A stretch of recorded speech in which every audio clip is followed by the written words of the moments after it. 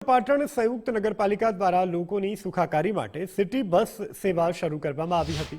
શહેરના વિવિધ એવા વિસ્તારો કે જ્યાં બસ ચાલે અને સ્થાનિકો તેમજ વિદ્યાર્થીઓને તેનો લાભ મળે તે હેતુથી સિટી બસની સેવા શરૂ કરાઈ હતી। પરંતુ મોટાભાગની બસો માત્ર વેરાવળ રેલવે સ્ટેશન અને સોમનાથ વચ્ચે જ ચાલે છે। શહેરના અન્ય રૂટ અને સ્ટોપ બંધ થતા વિદ્યાર્થીઓ સહિત મુસાફરો વધુ ખર્ચ કરી અને ખાનગી વાહનોનો સહારો લેવા માટે મજબૂર બન્યા છે। આ સાથે જ 23 सीटनी क्षमतावाળી बसમાં વધુ મુસાફરોને ભરવામાં આવતા સુરક્ષા અંગે પણ અનેક સવાલો ઊભા થઈ રહ્યા છે।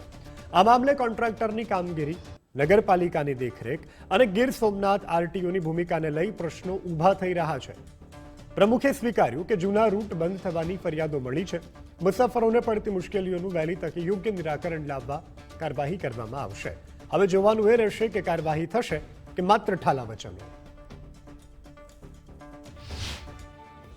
કે સિટી બસ કોઈ પણ સિટીમાં રૂટમાં નથી ચાલતી, માત્ર રેલવે સ્ટેશને આવે છે, યાત્રિકોને ભરે છે અને સીધા સોમનાથ જાય છે। સોમનાથે યાત્રિકોને ભરી અને સીધા રેલવે સ્ટેશન આવે છે। જ્યારે 23 કે 24 સીટનું જ્યારે સીટિંગ હોય તો અત્યારે અમે હાલમાં પણ જોયેલું છે કે 42 લોકોને ભરે છે અને એમની સેફટી શું, કાલ સવારે કોઈ પણ દુર્ઘટના થાય, બરોબર। અને આ જે વ્યવસ્થા જે ગેરકાયદેસર જે ઊભી કરવામાં આવી છે એ ક્યાંક ને ક્યાંક નગરપાલિકાના અધિકારીની અનાવરત અને કોન્ટ્રાક્ટરની મનમાની અને અધિકારીઓની મનમાનીના કારણે થવામાં આવ્યું છે। વારંવાર રજૂઆતો કરવા છતાં કે વારંવાર સત્તાધીશ નગરપાલિકાઓના કહેવા છતાં પણ એક નગરસેવક તરીકે પણ કોઈ પણ વસ્તુ કે કોઈ પણ વાત સાંભળવામાં નથી આવતી।